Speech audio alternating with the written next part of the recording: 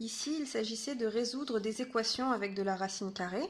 Alors on en a déjà fait un petit peu, c'est très simple. Il suffit d'abord d'isoler racine de x et ensuite de mettre au carré. Donc 4 racine de x égale 0. Pour se débarrasser du 4, on divise par 4 des deux côtés parce qu'on a une multiplication ici.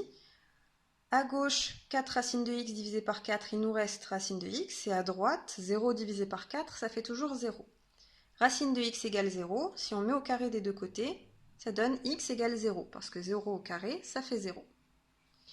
Pour la petite b, 5 racine de x égale 5. On cherche d'abord à isoler racine de x. On veut se débarrasser du 5, on a une multiplication ici, donc on va diviser par 5 des deux côtés. À gauche, il nous reste simplement racine de x. On s'est débarrassé du 5 en divisant par 5. Et à droite, 5 divisé par 5, ça nous donne racine de x égale 1.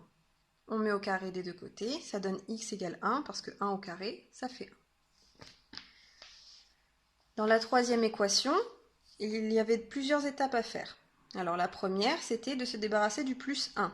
On fait moins 1 des deux côtés, donc ça nous laisse à gauche moins 3 racine de x. On a fait plus 1, moins 1.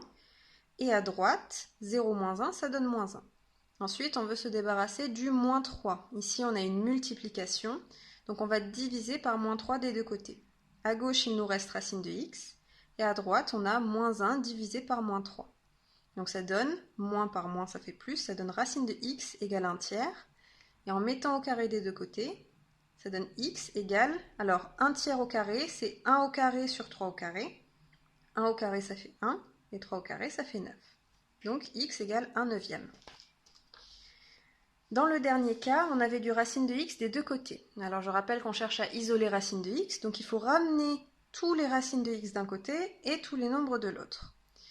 Donc, on laisse le 2 racine de x à gauche, lui il ne bouge pas. On va ramener celui qui est à droite. À droite, là, on a plus racine de x. Donc pour le ramener à gauche, ça devient moins racine de x. On a fait moins racine de x des deux côtés. Ensuite, les nombres sans racine de x. Ici, on a moins 3, on veut le faire passer de l'autre côté. On fait plus 3 des deux côtés. Finalement, on a 2 racines de x moins racine de x égale 2 plus 3. 2 racines de x moins racine de x.